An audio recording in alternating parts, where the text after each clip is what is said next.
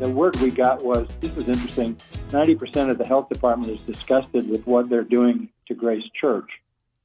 Is that right? 90%, and yet they're still going after you guys. Well, look, Todd, here's the latest statistic. This came out in court Friday. If you're living in California, here's the chance you're going to die from COVID. This was presented to the court. One chance in 19.1 million. That's the chance you're going to die from COVID in California currently.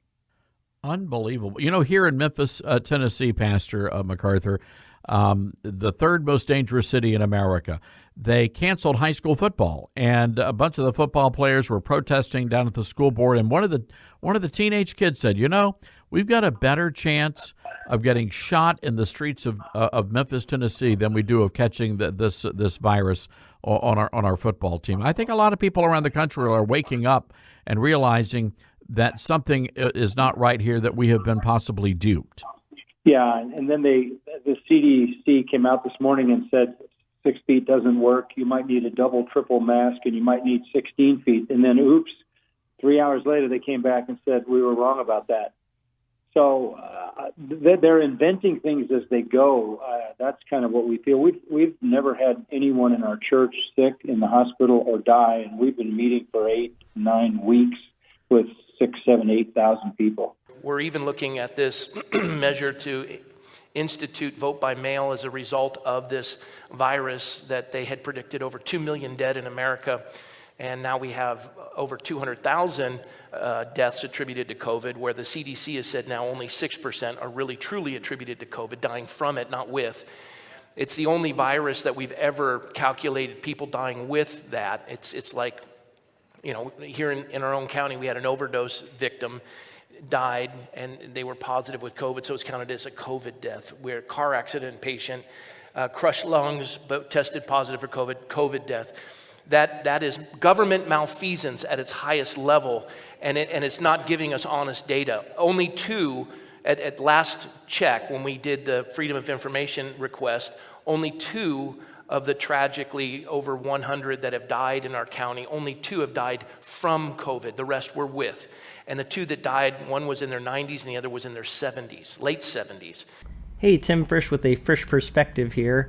That was Pastor John MacArthur being interviewed by Todd Starnes, followed by Pastor Rob McCoy. Both of those pastors were talking about COVID-19 and what the statistics are on the disease and what the chances are of you actually dying from the disease. I think it's really interesting to hear these pastors' perspective. Obviously, they're coming at it from the perspective of that it is not a very dangerous situation. The problem, I feel like, with a situation like this that we're dealing with is that you have a lot of numbers that you're dealing with. And as we all know, you can do different things with numbers. You can make numbers say different things. It's certainly true that the government has shown the tendency to inflate numbers or make things look as scary as possible. We see that in the media as well. These pastors are really giving the other side and showing that you can look at the numbers in such a way that it doesn't seem very dangerous. I think part of the way they're looking at it is they're actually looking at total population. They're saying if you live in a state like California, which has a huge population, and I think this is what MacArthur was bringing out, your chances of actually getting the disease and dying from it are really, really slim. Now, I'm sure other people would look at the numbers in different ways, but I will say even doctors that look at these numbers, it's not like Pastor MacArthur hasn't talked to doctors. I really think he has. And doctors actually say different things, again, depending on how you look at the numbers. Pastor Rob McCoy talked about dying with COVID-19 versus dying of the disease, and that's a valid point to bring up. Again, one of the ways that you can adjust the numbers is if you're talking about just dying solely of COVID-19 or if you had other comorbidities.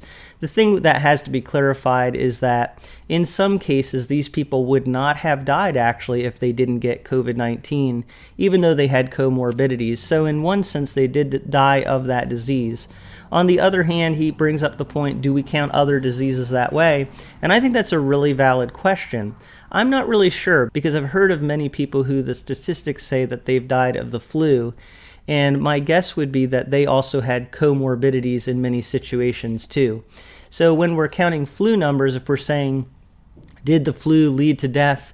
I think we do actually count people dying of the flu, but also many people who died with the flu but had other diseases or comorbidities as well. So it's really hard to assess all of this and what the real level of risk is, because again, we can take numbers and we can do different things with them depending on how we're looking at the situation and how we choose to define things.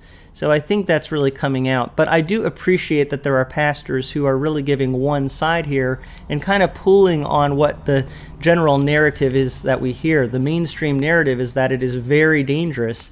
And yet when we look around us, we really have to say, are we in great danger, or is it really being blown out of proportion? And I think these pastors and many others are making a very good case to say it has been blown out of proportion in many ways. And we need to make sure that our rights are not being infringed by people who are taking statistics and using them disingenuously. Anyway, I thought it would be good to show you what these pastors have to say, how they're looking at the situation and how they're talking about the statistics. I feel like one of the things that's so important in this whole situation is for us to be able to accurately assess the level of risk and really let our guidelines be determined by the level of risk that's actually there. And I think, again, these pastors are making some really valid points. Now, a lot of you watching these videos may have different points of view. Feel free to leave your perspective in the comments below. Thank you so much, though, for listening to what I have to say from A Frisch Perspective.